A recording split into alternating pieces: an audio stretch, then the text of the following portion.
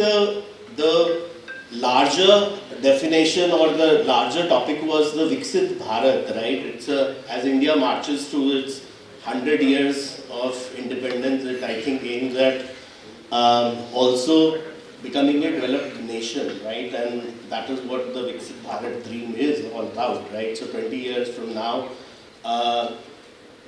we do want to see ourselves as a developed nation, but what does developed nation really mean for us, right? And what does the components of a developed nation? I think there are 4 large pillars on which the whole concept of development or developed nation is based out of. The first is the economic prosperity, right? Like we obviously, India is at a per capita income, or we measure economic prosperity through indices like gross domestic product, GDP, or per capita income. And India is at, right now, somewhere between $2,400 to $2,700 per day, or per person, right? And as compared to say US, which is at a $20,000 per capita income.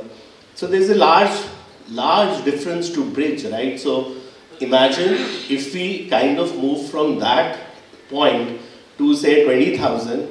विकसित भारत आपण ज्यावेळेस म्हणतो त्यावेळेस एक economics हा एक मुद्दा येतो, पण त्याच्या पुढे जाऊन ज्यावेळेस आपण म्हणतो की माणसाचं जीवन किंवा भारतीयाचं जीवन ज्यावेळेस समृद्ध होईल त्यावेळेस भारत विकसित झाला असं म्हणता येईल.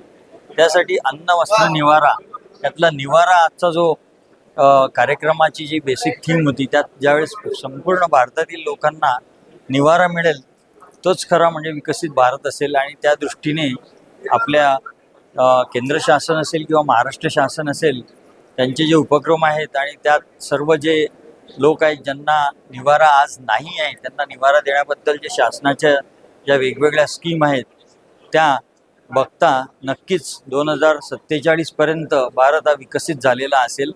आणि कदाचित आपण त्यावेळेस फक्त भारतात नव्हे तर चंद्रावरती आणि मंगळावरती कशी घरं बांधली जातील याबाबत सुद्धा भारत स्वतंत्र आणि स्वतःचं भारताचं तंत्रज्ञान असेल असं मला वाटतं. सर 2047 मोठा इतिहास आहे, काय सांगतो?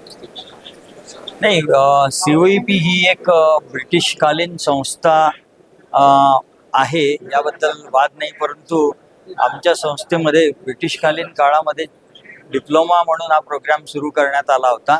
त्यावेळी ब्रिटिश सरकारच्या ज्या नीती होत्या त्याला सपोर्ट करण्यासाठी म्हणून तो सुरू करण्यात आला होता. परंतु आजच्या घडीला बघता आमच्या संस्थेमध्ये जो काही रिसर्च होतो किंवा जे काही विद्यार्थ्यांना शिक्षण दिलं जातं ते भारत विकसित कशा प्रकारे होऊ शकेल आणि त्यासाठी लागणारं जे संशोधन आहे त्यावरती जास्तीत जास्त भर दिला जातो.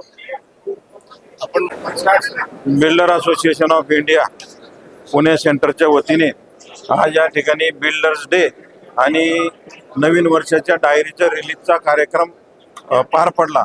आजच्या कार्यक्रमासाठी COEP युनिव्हर्सिटीचे Shri Sunil Bhirud sir vice chancellor आणि मदर अँड सन कंपनीचे अनुभवजी कपूर व्हाईस प्रेसिडेंट या ठिकाणी या कार्यक्रमासाठी उपस्थित होते. त्यांनी दोघांनी आजच्या कार्यक्रमामध्ये चांगल्या प्रकारे मार्गदर्शन करून आज बिल्डर असोसिएशन तर्फे संपूर्ण भारतामध्ये एक जो विचार सगळ्यांना देण्यात येतो की विकसित भारत 2047 या विषयावर त्यांनी आपले विचार या ठिकाणी मांडले. आणि ही जी कल्पना आहे ही बिल्डर असोसिएशन तर्फे सर्व भारतामध्ये या बिल्डर डेच्या माध्यमातून तिच्यावरती कार्यक्रम आयोजित करण्यात येतो.